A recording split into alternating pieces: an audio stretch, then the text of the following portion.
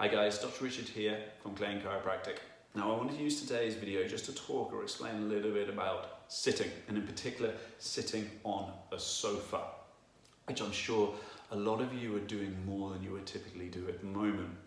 Now before we get into the sofa sitting, I've got to explain a little bit of anatomy, which is why I have a spine here with me today. So this is the front of the spine, this is the back of the spine, head at the top, pelvis down the bottom. You have your neck, mid-back, and then your lower back down here at the bottom.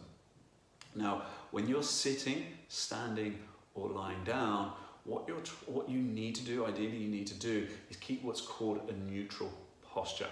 And a neutral posture is a posture that has the least amount of strain on your joints, on your muscles, on your nerves, on your discs in your spine and in your body.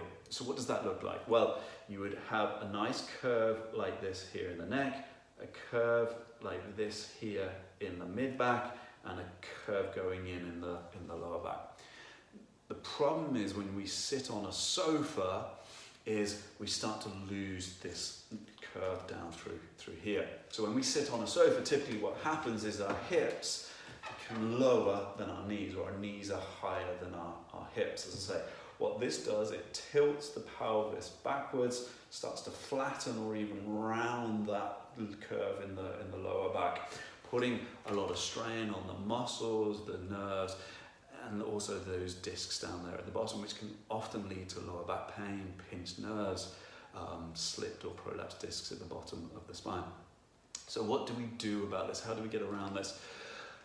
Well, one little workaround, it's not ideal, is we sit on a cushion or a few cushions to try and lift our hips up higher so that they're then higher than the knees. To be honest, the best solution is to reduce the amount of time we spend sitting on the sofa. We could sit on the floor, take a few of the cushions, sit on the floor, lie on the floor, even use a different chair, bring a chair in from the kitchen and sit on that chair. Maybe even just reduce the amount of time that you spend sitting. We've shown you wobble boards in a previous video, so standing you can do some exercise, watching TV, or even just get out for a walk. The weather's pretty good at the moment. Get out for a walk instead. Just reduce the amount of time spent sitting, and when you are sitting, try and keep those hips higher than the knees. Okay, I hope this has been helpful. Stay healthy, and we'll speak to you soon.